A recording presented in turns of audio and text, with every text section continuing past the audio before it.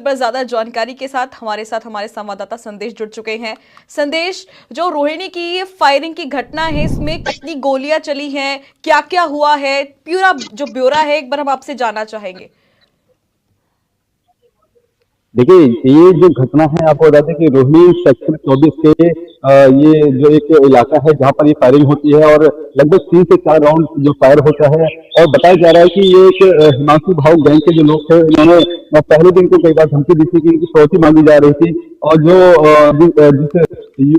युवक है जिसका इसकी दुकान पर ये फायरिंग की गई थी, इनका कहना है कि इनको कई पहले भी इंटरनेशनल नंबरों से जो धमकियां मिल रही थी, उनकी फिरौती मांगी जा रही थी, लेकिन उसमें जो पहले शुरुआती इसमें मामले को हल्के में लिया गया और के बाद इस तरह से घटना को अंजाम दे दिया जाता है। लेकिन हैरानी वाली बात यह है कि जब ये पूरी घटना को अंजाम दिया जाता है, पहले शुरुआती जांच में ये पता लग रहा था कि ये किसी हत्या करने के मकसद से फायरिंग की गई है। लेकिन गनीमत ये रही कि जब फायरिंग हुई, लेकिन जो दुकान का जो मालिक था, जो ऑनर था, उसको या फिर उनके अंदर जो काम करने वाले जो लोग थे, उनको किसी भी तरह की कोई चोट नहीं आई है। यानी कि सीधे तौर पर ये समझा जा सकता है कि ये पूरी घटना को अंजाम दिया गया है। ये केवल एक डराने की एक मंशा से ये पूरी फायरिंग को अंजाम दिया गया है।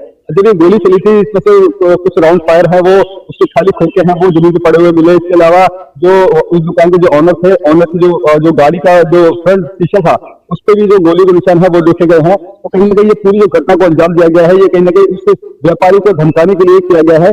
फिलहाल इस पूरे मामले की जांच है पुलिस कर रही है। तो पुलिस को लगभग 5:30 बजे जो पीसीआर कॉल मिलती है, उसके बाद पुलिस वहां पहुंचती है। और उसके बाद बताया जा रहा है कि एक बाइक थी जिस पर 3 लोग सवार होकर के वहां पे पहुंचते हैं और पूरी घटना को अंजाम देते हैं। पुलिस वहां पे लगे सीसीटीवी कैमरे और लोकल इनपुट से भी जानकारी जुटाने की कोशिश कर रही है कि ये आखिरकार कौन लोग थे। और लेकिन जो शुरुआती जांच में पता लग रहा है कि जिस तरह से क्या पहले भी ऐसी प्रकार की धमकी आई थी या नहीं?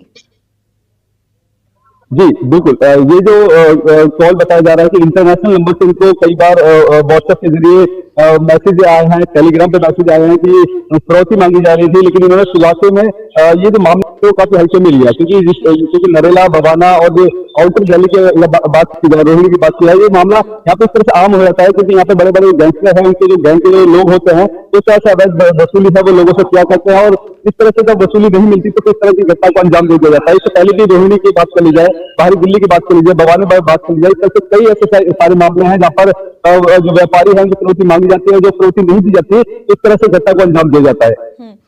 सदेश, अभी आप यहाँ पे हिमांशु भाऊ की बात कर रहे थे, तो यहाँ पर हिमांशु भाऊ विदेश में बैठकर कैसे अपने गैंग को ऑपरेट कर रहा है और उसकी गैंग दिल्ली एनसीआर में इतनी सक्रिय कैसे है?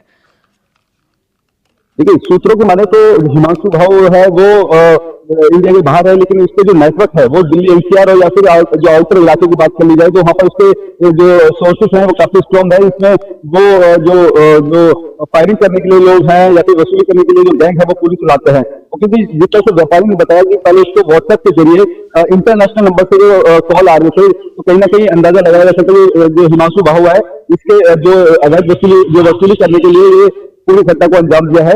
इसके अलावा जो जो जो हिमांशु भाऊ है, हालांकि वो इंडिया के बाहर है, लेकिन वो टेलीग्राम, व्हाट्सएप और फिर एक अन्य एप्लीकेशन है, उसके जरिए अपने लोगों से बातचीत करता है और किसको क्या कुछ टारगेट दिया जाता है, उस टारगेट पे काम करवाया जाता है।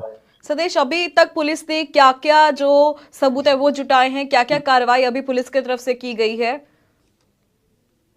देखिए, पुलिस अभी अपनी जांच में जुटी हुई है, क्योंकि जिस दौरान कल लगभग 5:45 की ये कॉल थी जहां पर ये घटना को अंजाम दिया गया था, वहां पर लगे सीसीटीवी कैमरे हैं और जो फायरिंग की गई थी 3 से 4 राउंड है वो फायर किए गए थे। उसके खाली खोखे भी पुलिस को मिले हैं। उन खोखों को ले जाकर के, इसके अलावा वहाँ पे सीसीटीवी जो आसपास के लगे हुए हैं उनका डीवीआर ले लिया गया है। उसके अलावा जो गाड़ी आई थी, उस गाड़ी के नंबर प्लेट के जरिए उन जो लोग थे, उन लोगों तक पहुंचने की कोशिश करी है। फिलहाल पुलिस ने एफआईआर दर्ज कर ली गई है और मामले की जांच है वो गहन तरीके से की जा रही है। संदेश, बहुत शुक्रिया हमारे साथ जुड़ने के लिए। बहरहाल अब जब